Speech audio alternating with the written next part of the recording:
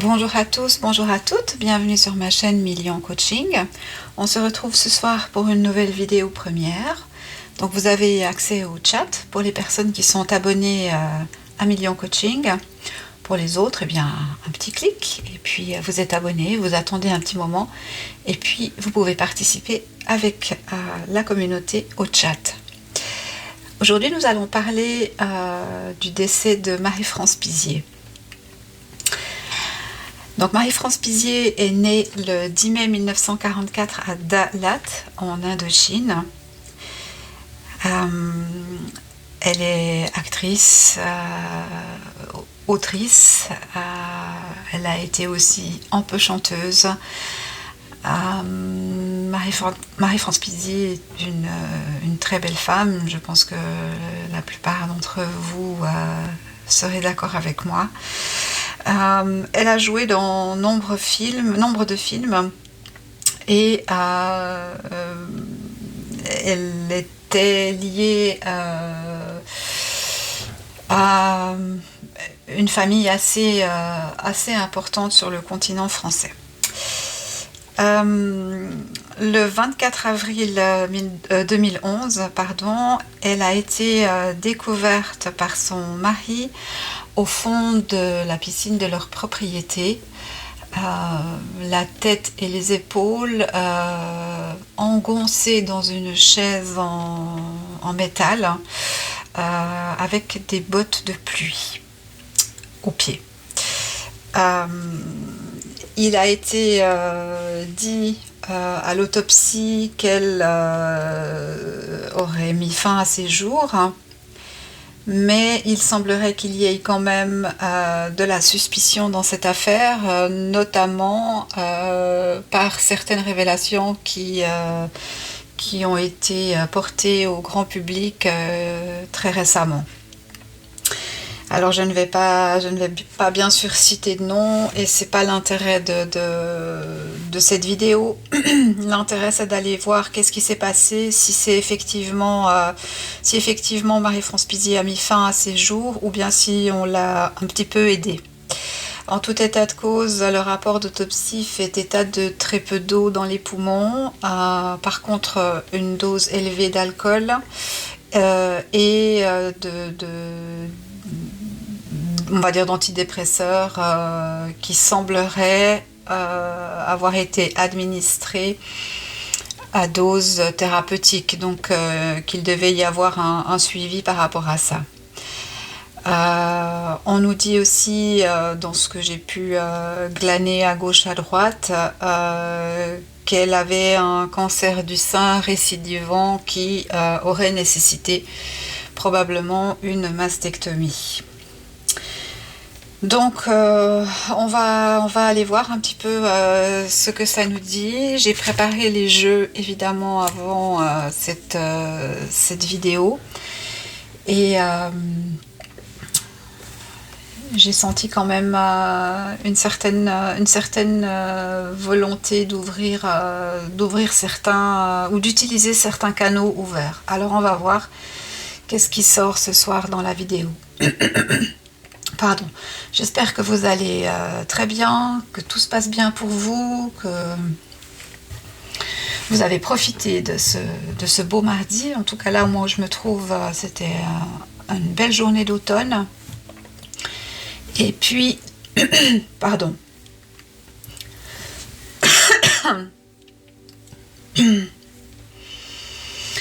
Et puis, on va aller voir qu'est-ce que ça nous dit pour Marie-France Pizier. Alors, je vais déjà prendre une carte pour une énergie générale du début de tirage.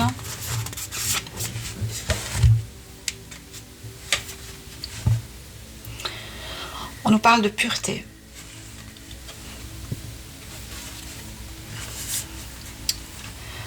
On a une forme de cétacé ici, ou de poisson.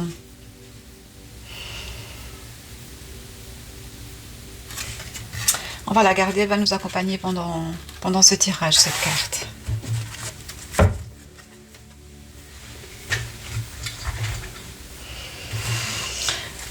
Alors, que s'est-il passé cette nuit du 23 au 24 avril. Je reviendrai si elle doit sortir. Du 23 au 24 avril 2011 à Saint-Cyr-sur-Mer, dans la maison de Marie-France Pizier. Alors, que s'est-il passé à Saint-Cyr-sur-Mer la nuit du 24 du 23 au 24 avril 2011. Marie-France Pizier.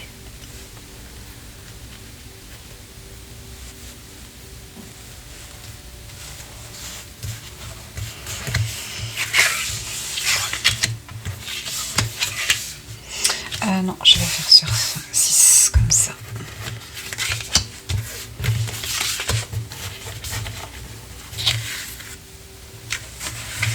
Il y a des choses à dire là.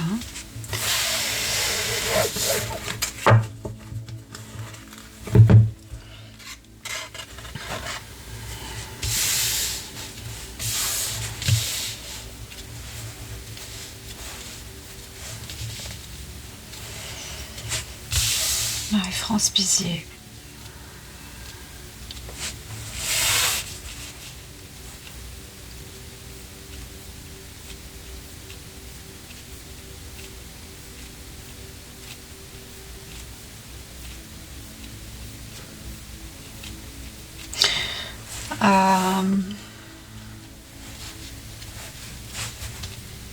J'ai une image qui me vient là.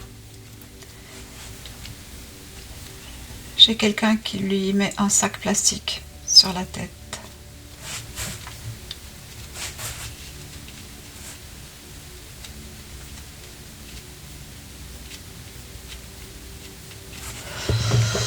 On va voir. Donc ça s'est bien passé chez elle et c'est probablement quelque chose d'intrafamilial, d'accord, avec la maison. On a effectivement, avec le 10 de denier, les considérations financières. Voilà, on peut nous dire aussi que c'est une personne qui était à l'aise financièrement, en tout cas qui n'avait pas, semble-t-il, de soucis de ce côté-là. Alors, on nous dit que c'est une femme, c'était une bonne personne, avec la reine de bâton, on nous dit que c'était une bonne personne, qui avait son caractère, qui savait mener sa barque, mais qui avait bon cœur, et qui a cherché à protéger quelque chose ou quelqu'un.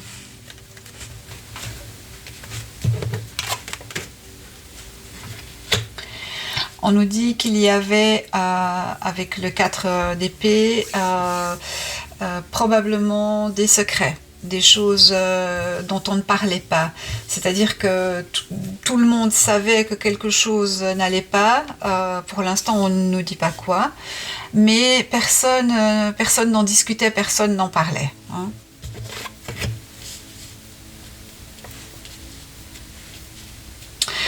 On nous parle ici de la reine d'épée, donc ça c'est une femme qui est beaucoup plus tranchante, c'est une femme qui pourrait s'être retrouvée veuve ou avoir divorcé. Hein. Donc on nous parle de ce milieu-là.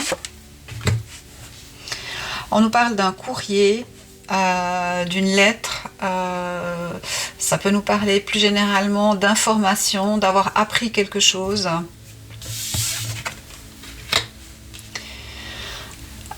Quelque chose qui a eu un grand effet, probablement sur Marie-France Pizier, mais probablement aussi sur plus élargi toute cette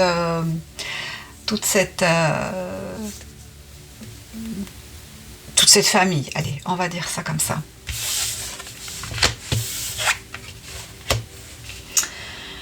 Et on nous dit que alors pour moi je n'ai pas la notion qu'elle ait mis fin à ses jours. Hein. Pour moi quelqu'un est venu et Ce chevalier d'épée a décidé de faire taire cette personne pour toujours.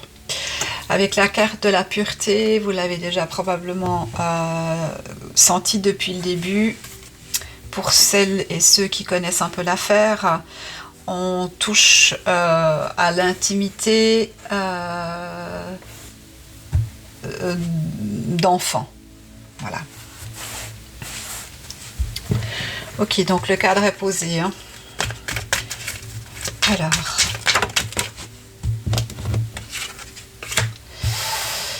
on nous parle de deuil.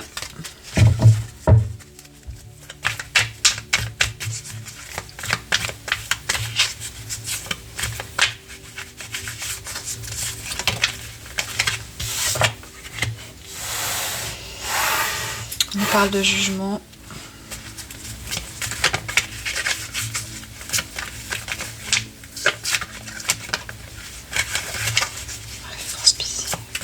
Qu'est-ce qui t'est arrivé?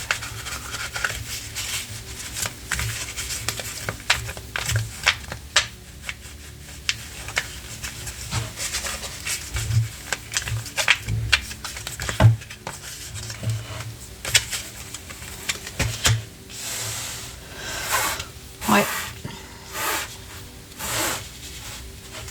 Donc pour moi, son décès est consécutif à une argumentation. Il y a eu discussion avec une ou plusieurs personnes. À mon avis, on tourne autour du sujet de la pureté, notamment de la pureté des enfants et des jeunes ados. Il y a eu donc discussion et une mauvaise décision a été prise et quelque chose s'est produit. Pour l'instant, on ne dit pas encore quoi. Alors, on nous dit que cette femme était pleine d'amour, qu'elle souhaitait faire le bien, qu'elle aimait les siens.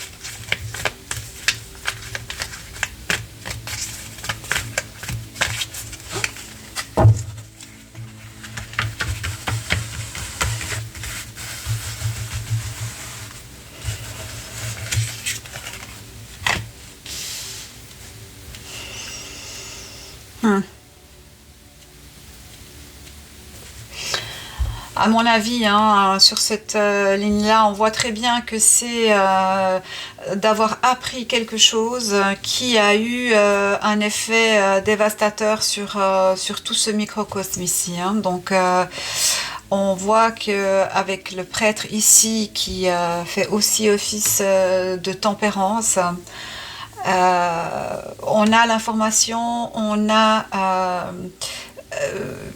les messages qui arrivent, on prend conscience de certaines choses et on essaye de dialoguer avec d'autres personnes pour peut-être résoudre un problème, une difficulté ou crever un abcès. Voilà, crever l'abcès.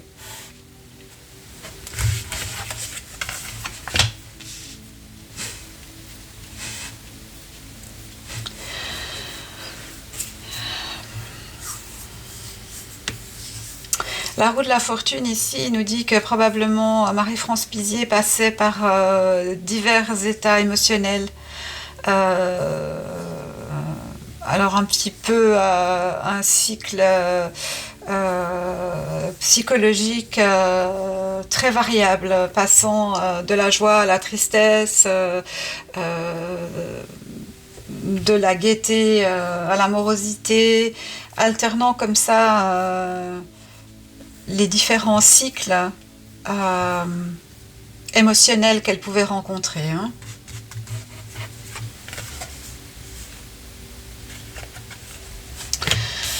On nous parle davantage. Peut-être décaler un petit peu.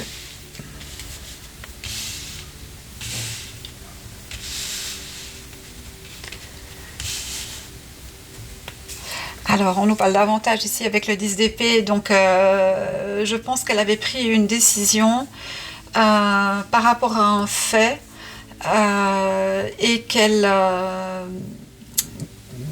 voulait aller au bout de cette affaire et probablement la faire éclore au grand jour, hein. À mon avis, de ce que je vois ici, elle ne supportait pas le silence, l'ambiguïté que ça mettait au sein de la famille, la problématique que ça générait. Et à mon avis, elle avait décidé de révéler ce grand secret.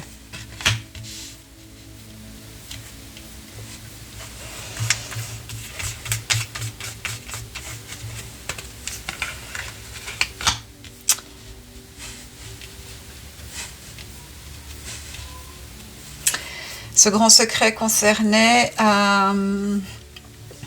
quelqu'un de... comment je vais dire ça? Quelqu'un de très informé, quelqu'un de fort, quelqu'un avec une position sociale intéressante, mais aussi quelqu'un qu'on écoute, quelqu'un qui a les pieds sur terre et qui donne comment je vais dire ça, des informations qui sont fiables, voilà. Mais on nous parle aussi d'un homme vicieux. Donc, elle avait décidé de rendre publiques des informations qu'elle détenait à propos d'un homme vicieux, d'un homme d'un certain âge, à l'époque des faits. Alors, qui est cet homme ?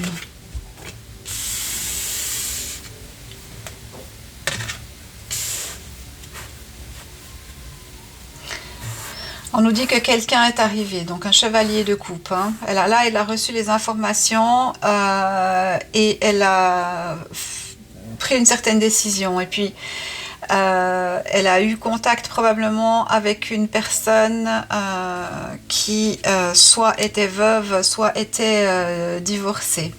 Et puis s'en est suivi une argumentation, donc avec prise de décision.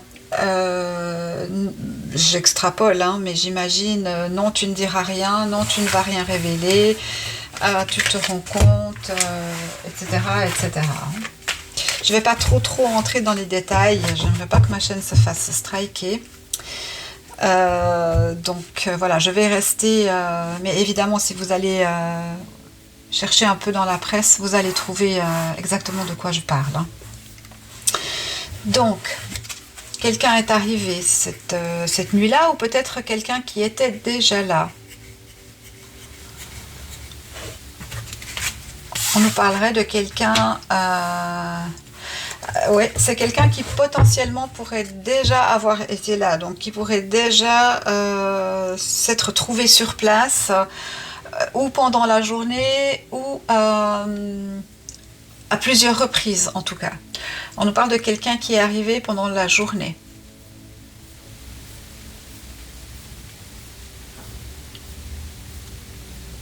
Donc, est-ce qu'elle s'est attablée avec cette personne? Est-ce que cette personne avait rendez-vous avec Marie-France Pizier afin peut-être de discuter des tenants et des aboutissants de ce qu'elle allait révéler?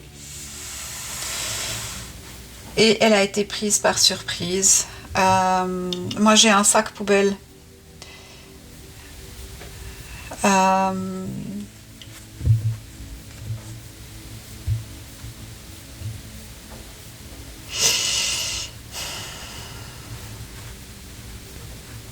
Ouais, je pense qu'elle avait quand même passablement consommé d'alcool. Alors volontairement ou involontairement, ça je ne sais pas, parce que je la vois consommer avec quelqu'un. Donc quelqu'un était là et a consommé avec elle. Moi je la vois quand même relativement, alors pas ivre, mais quand même, pour utiliser une expression populaire, bien pompette, hein. Ce qui fait qu'elle n'était peut-être pas forcément en situation de se défendre ou de réaliser que la situation devenait critique pour elle.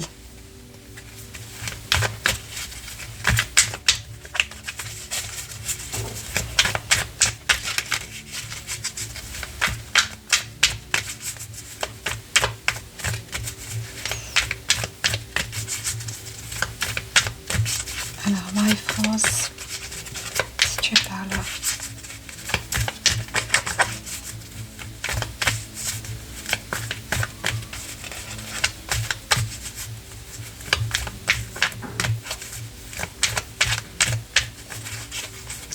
Ouais, moi j'ai un sac poubelle, peut-être un sac, peut-être un sac qu'on utilise pour faire du compostage. Je sais pas parce que j'ai l'impression que je vois dans un coin du jardin, ben, je peux me tromper, hein, mais là c'est la vision que j'ai. Dans un coin du jardin, je vois un espèce de bac rond qui sert à faire du compostage, mettre les feuilles, etc. En même temps, on est au mois d'avril.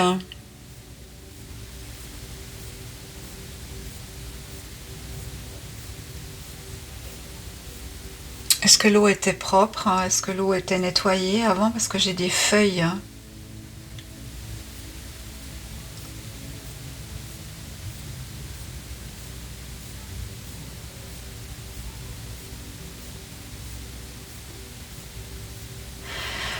Ouais, pour moi, le décès, c'est une main masculine, c'est un sac en plastique qui est posé sur sa tête jusqu'à suffocation.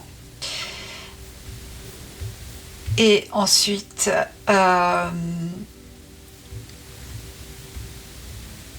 ouais, elle est passée à travers les barreaux d'une chaise pour la lester. Euh, Est-ce qu'elle est décédée dans cette piscine ou est-ce qu'elle est décédée plus tard? Parce que le décès n'a été prononcé qu'à 7 heures du matin, donc pratiquement 4 heures après les faits, si ce n'est pas plus. Donc ça sous-entendrait...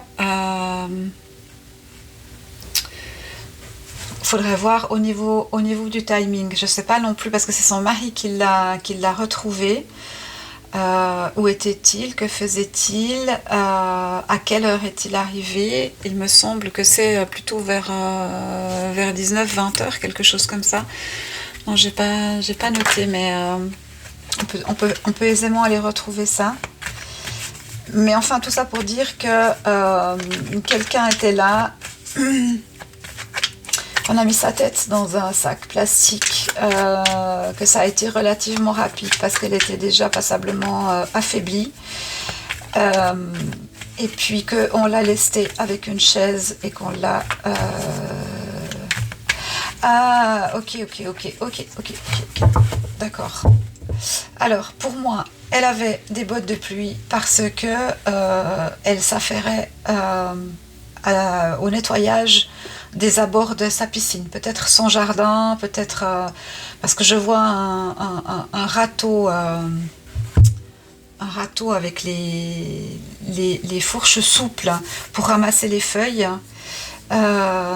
C'est peut-être pour ça que je vois du compost. C'est comme si elle était en train de s'affairer à ça et qu'elle a été stoppée dans cette activité par la venue de quelqu'un. Cette personne est arrivée quand il faisait encore jour, donc ça sous-entend qu'elle soit restée quand même un certain temps. Maintenant, on va demander, est-ce que Marie-France Pizier est décédée dans la piscine ou à l'extérieur? Alors, est-ce que Marie-France Pizier est décédée par noyade ou est-ce qu'elle est décédée par asphyxie?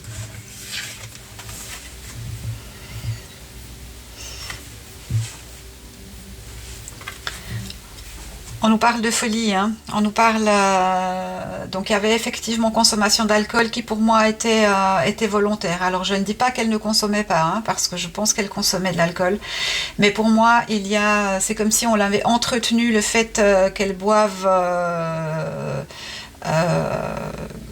suffisamment ou en grande quantité pour déjà l'affaiblir, hein. On nous parle de quelqu'un de fou, hein, de quelqu'un qui a perdu la tête. Quelqu'un qui se cache aussi, hein, en se cachant les yeux comme ça, on a quelqu'un qui ne veut pas voir ou qui se cache derrière un masque, hein. Alors, est-ce que Marie-France Pizier est décédée par asphyxie ou par noyade?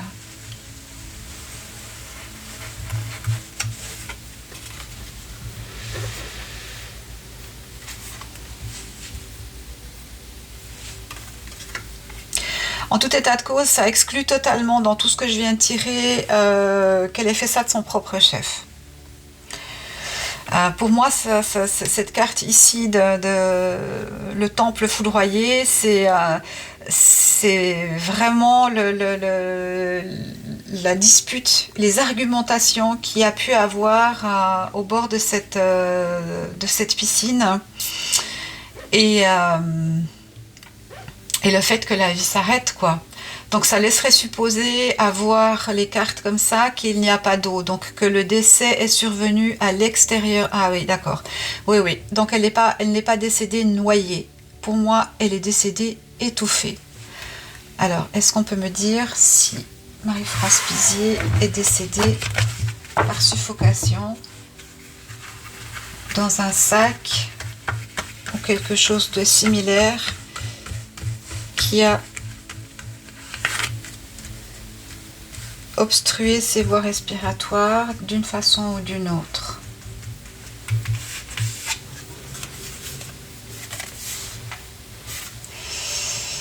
C'est quelqu'un qu'elle connaissait, c'est quelqu'un de proche, c'est quelqu'un qui a eu peur de perdre quelque chose. Avec la coupe, c'est quelqu'un qui l'a fait boire, c'est tout à fait possible.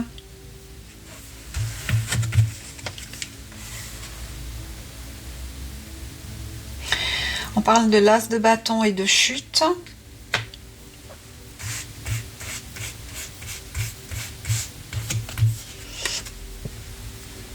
Et de nouveau, on retombe sur quelque chose de relativement religieux, hein.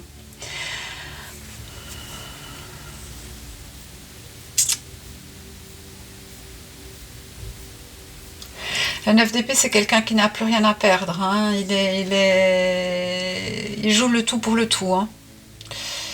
Si ça passe, ça passe. Si ça casse, tant pis, il assumera les conséquences. Mais en tout état de cause, hors de question que ce secret soit révélé.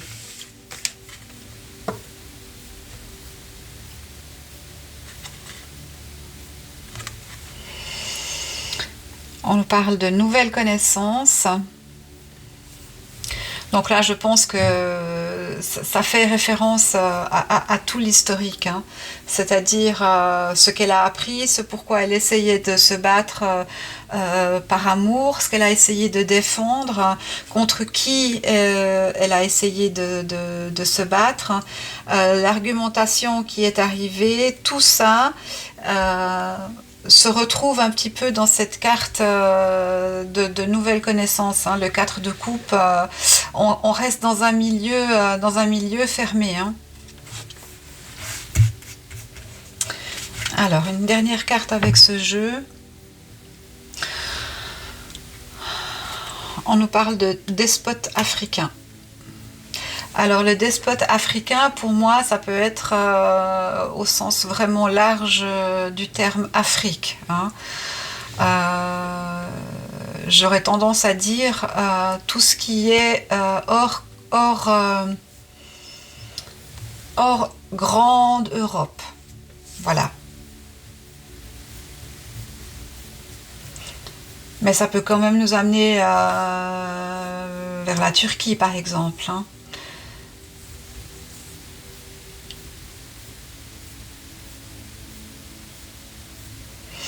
Est-ce qu'on peut me donner une carte pour me dire la façon dont elle est décédée? Un indice, quelque chose. 18.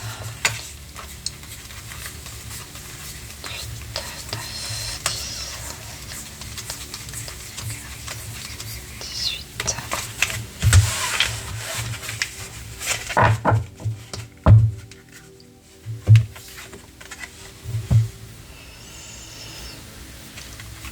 Ouais. On retombe sur une carte quelque peu religieuse, hein. On a quand même pas mal de cartes religieuses, hein.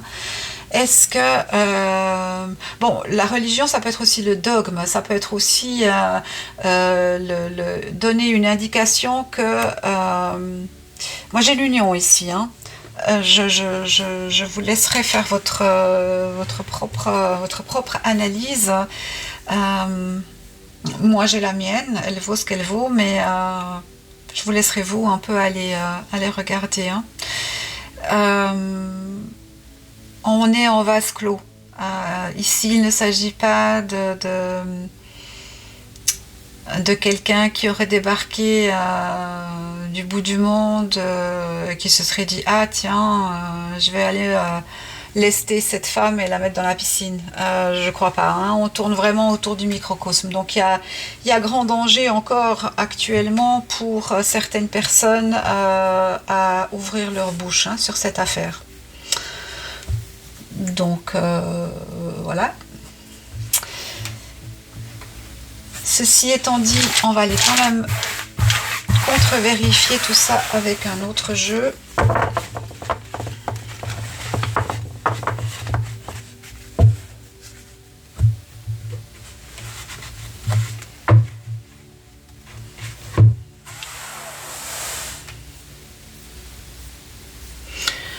On va prendre une indication avec les heures miroirs.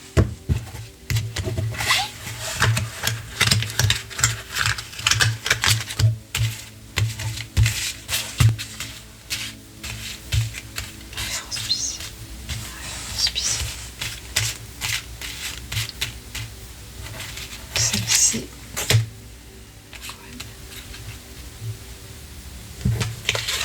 Celle-ci.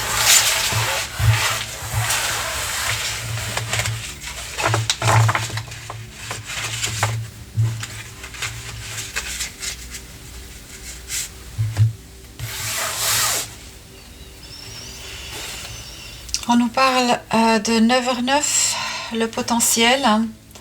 Tu as toute mon attention pour écrire un nouveau chapitre de ta vie. Tu as tout ce qu'il faut pour mener à bien ce nouveau départ. Ne sois pas insatisfait de tes résultats. Cela risque de faire naître de mauvaises énergies. Ok.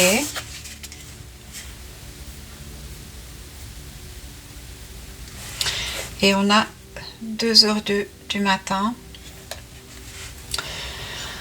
Je t'ouvre la porte de ta destinée. Sois attentif aux signes, synchronicité et heures miroirs te guideront sur le chemin de ta créativité. Alors, la question c'est, est-ce qu'elle aurait passé la journée avec quelqu'un qui serait arrivé plutôt autour du matin et les événements se seraient produits autour de 2h du matin, soit quasiment 20 heures après, hein. On va aller demander avec l'oracle haut, je crois que c'est le plus à même de nous répondre là-dessus.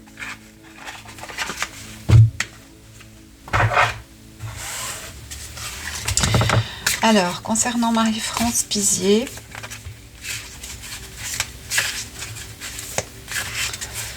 de quelle façon, quelle est la cause de sa mort?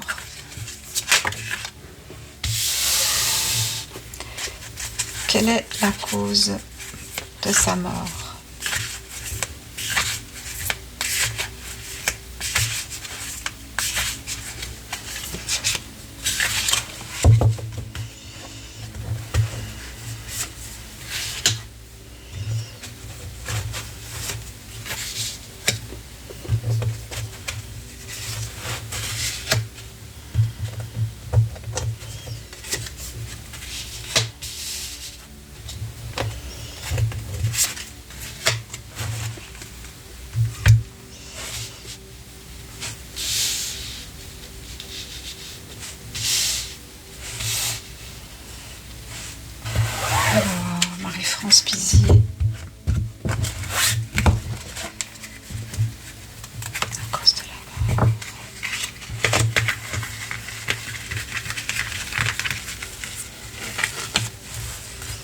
carte numéro 1,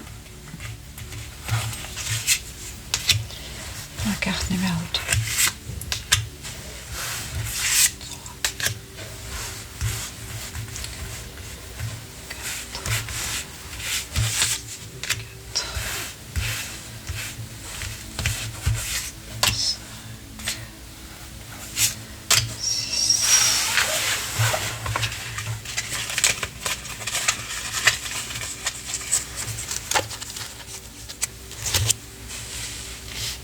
Alors, est-ce que vous voyez bien? Oui.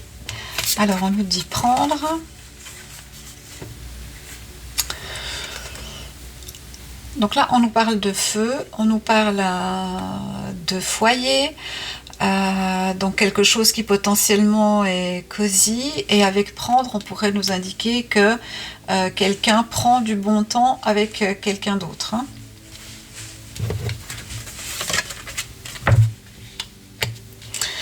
On nous parle de chef. On nous parle d'enfermement ou d'un coin de pièce.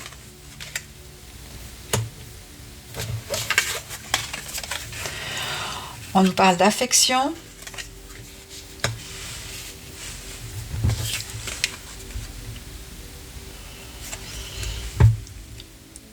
Et ici, on a le travail des fourmis, hein, la fourmilière.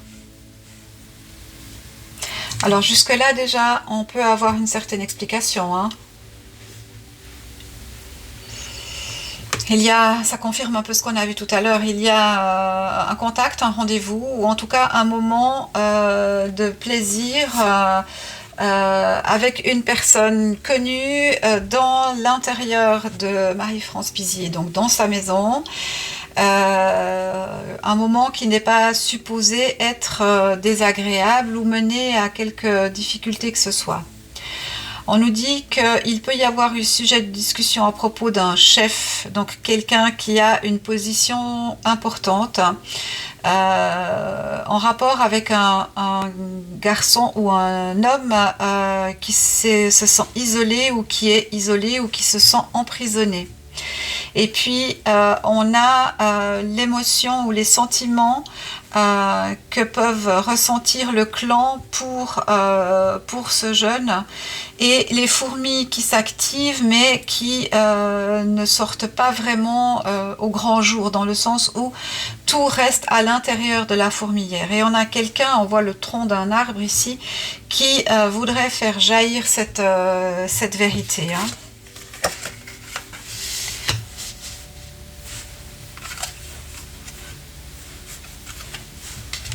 Ça s'invente pas. Hein.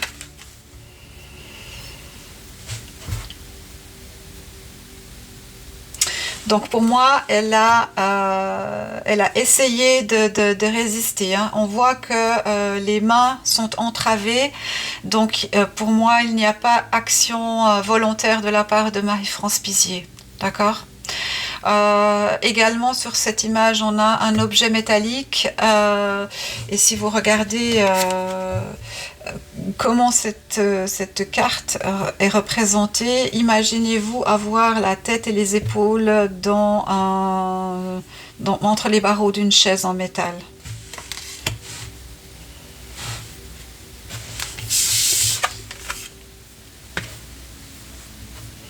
Ah, alors ça ne me parle pas à moi, j'ai besoin d'une autre information. On me parle de rire et d'accolade. Donc quelqu'un dans cette histoire a gagné. La vérité, enfin, a gagné pendant une certaine période, puisque la vérité n'a pas été révélée pendant encore 10 ans, hein, après cet événement.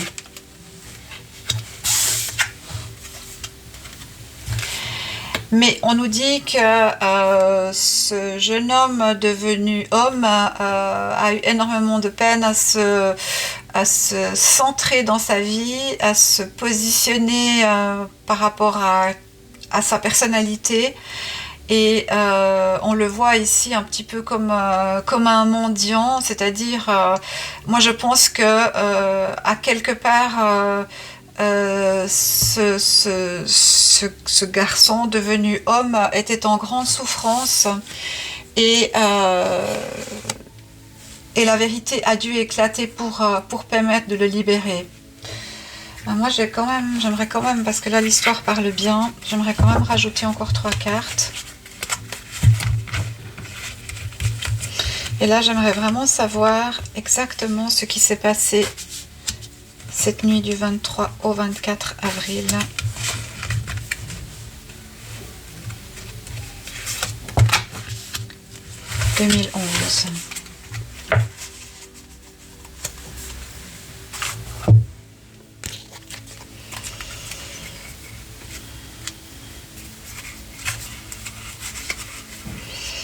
Qu'est-ce qui s'est passé, Marie-France Pizzier, l'année du 23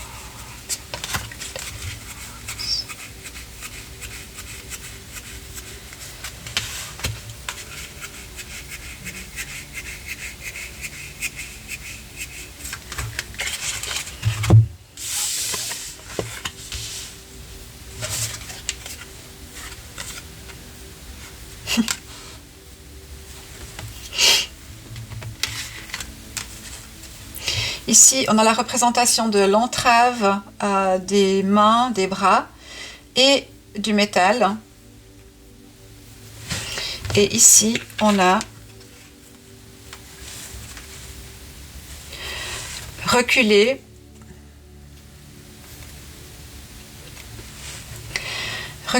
avec une chaise de bureau, un bureau probablement métallique, et on a le recul.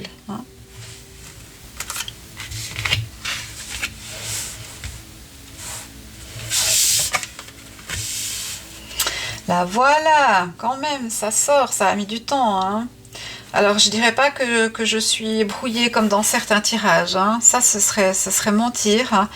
Mais les connexions sont longues à venir. Ok. Donc elle a été entravée, ça c'est une certitude.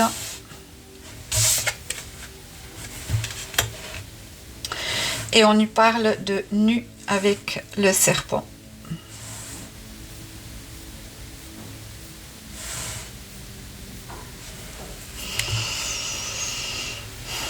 Donc elle était avec quelqu'un, on l'a entravée, probablement qu'elle a vacillé et qu'elle est tombée dans la piscine. On nous parle d'un sujet probablement tabou au cœur de cette famille qui a affecté un jeune homme. On nous dit que ce jeune homme d'une certaine manière a été libéré, mais la haine, ou qu'on voulait libérer ce jeune homme, l'aider, le soutenir, l'encourager, mais quelqu'un a été empêché, entravé de faire cela. Hein. Je pense qu'il doit être comme ça. Ça ne change pas grand-chose. Mais... Ici, on a la fourmilière. Donc ça, c'est tout le microcosme familial qui effectivement avait de l'affection les uns, oui, ils avaient de l'affection les uns pour les autres, hein, mais malheureusement ne sont pas venus exprimer ce qu'ils avaient à dire. Ici, on a ce jeune homme qui a grandi, qui est devenu un homme, mais qui à l'intérieur de lui se sent las et comme un mendiant le pardon ou la vérité ou peu importe. Hein. Et puis en dernière carte, on a nu, la nudité et le serpent. Donc on revient quelque part à la fin du tirage avec ce qu'on a eu au début, à savoir la carte de la pureté. Hein. Donc la nudité, le serpent et la pureté, ça nous indique dans quelle problématique Marie-France Pizzier s'est trouvée et avec quoi elle a dû gérer.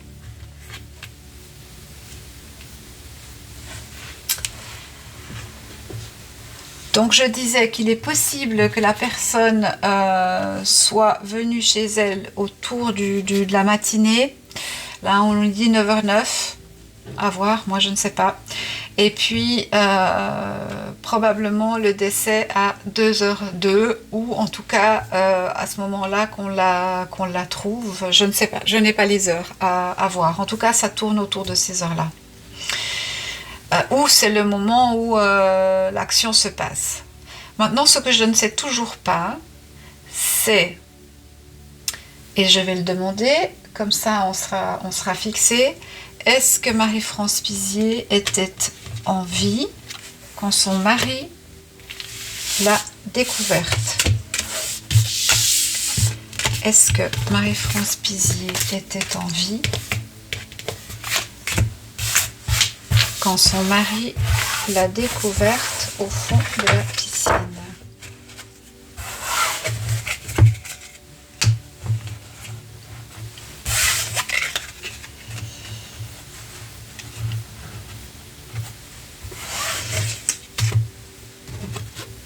Alors, est-ce que Marie-France Pizier était en vie lorsque son mari l'a retrouvée au fond de la piscine? Et on reparle de religion.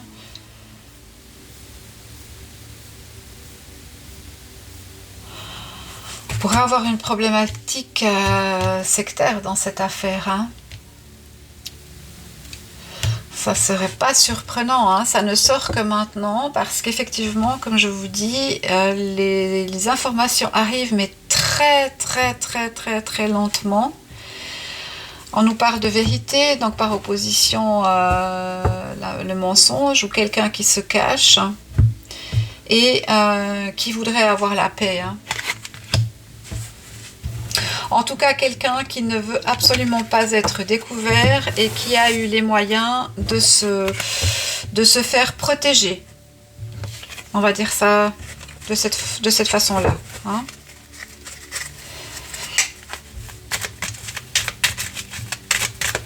Alors, ma question, est-ce que Marie-France Pizier était encore en vie quand son mari l'a retrouvée?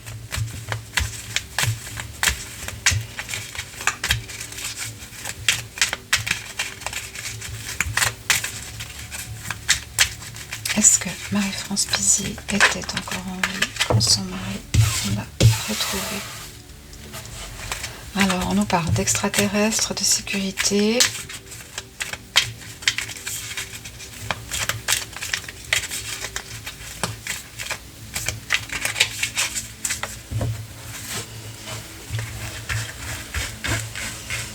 Est-ce que Marie-France Pizier était encore en vie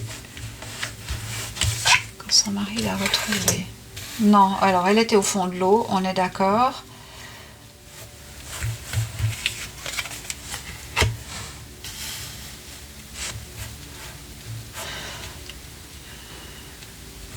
Ok, ce qu'on est en train de nous dire ici, c'est pas, elle n'est pas décédée par le Saint-Esprit, c'est-à-dire que c'est sous la main humaine que Marie-France Pizier est décédée.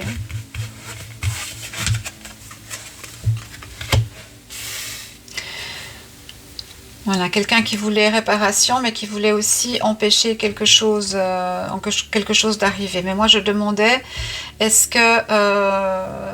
qu'elle était encore en vie quand son mari l'a... Parce que le décès a été prononcé qu'à 7h du matin. Donc, entre, je ne sais pas quelle heure elle a été découverte, et 7h du matin, je crois qu'il y avait 3-4 heures, donc c'est un peu étrange tout ça. En tout cas, quelqu'un sait, quelqu'un a vu. On nous parle que dans son organisme, il y avait des produits médicaux, et on retombe sur la religion. Alors, on nous parle de religion, de secte, de croyance, de mysticisme. On nous parle de défaite, de chute et de fiasco.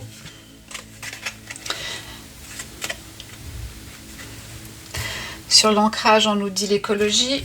Donc moi, ça correspond un peu à ce que je voyais, le nettoyage du jardin, de la piscine, etc. L'extraterrestre, on nous parle de politique, donc ça commence à venir gentiment.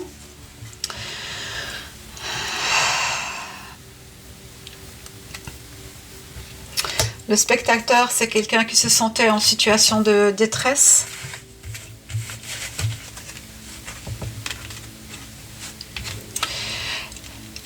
L'humain, c'est quelqu'un qui avait son libre arbitre, qui appartient probablement comment je vais dire ça?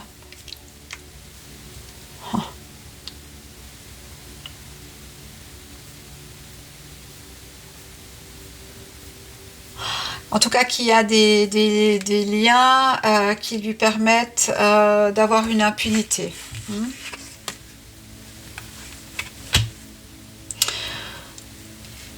On nous dit que cette personne est toujours là, peut-être à la retraite avec la villégiature, peut-être à la retraite maintenant. Alors, on nous dit que de toute façon, elle aurait probablement pas survécu à son nouveau cancer. Peut-être qu'elle priait beaucoup par rapport à ça, pour essayer de s'en sortir par rapport à sa maladie.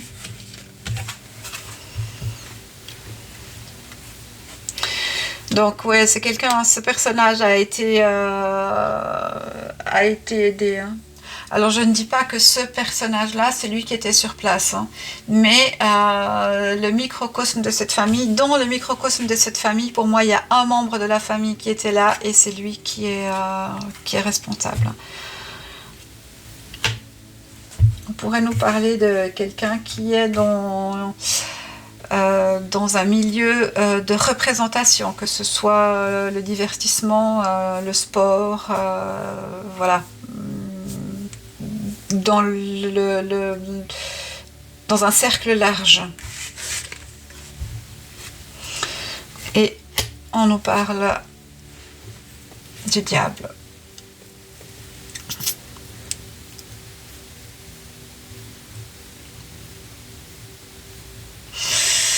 Alors moi je n'ai pas spécialement de mots ou de phrases ou de choses comme ça qui me viennent. J'ai plus des visions, donc je vois une scène de crime, mais je n'ai pas autre chose. Hein.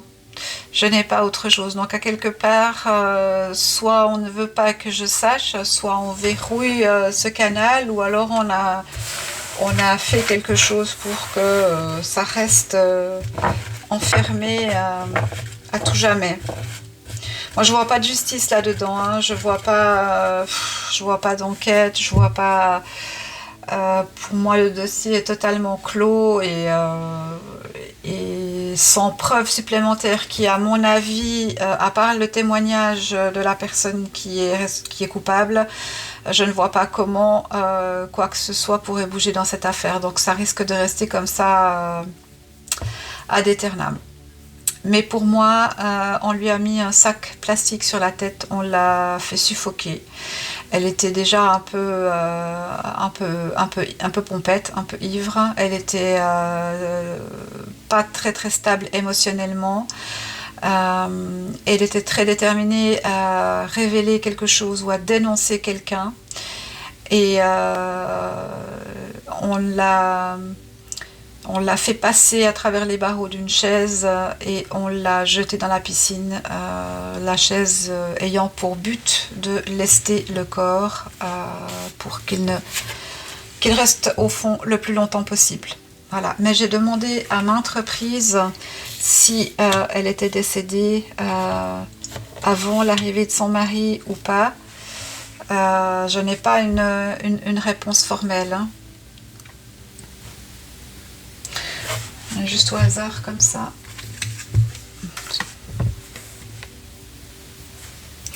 Ouais, bon. Il faut chercher dans le microcosme familial. Voilà. Ok, ok, ok. Bon, bah écoutez, c'était très, très, très bizarre au niveau de l'énergie, je dois dire. C'est pas du brouillard, mais c'est comme si tout se trouvait un peu dans de la ouate, dans du coton. Euh, Aucune aspérité, comme si tout était normal. Alors que clairement, il y a eu un acte de violence, hein. Mais c'est peut-être aussi parce que c'est l'état dans lequel elle se sentait parce elle était enivrée, hein. Ça, c'est tout à fait possible, hein. Du coup, j'ai ce ressenti de lenteur, de voir les choses un peu, voilà, sans aspérité. En tout cas, moi je vous remercie d'avoir été présent ce soir. J'espère que vous avez pu communiquer et échanger entre vous dans le chat. On se retrouve très prochainement pour une prochaine vidéo. Je vous souhaite une excellente soirée et je vous dis à tout bientôt. Merci beaucoup. Au revoir.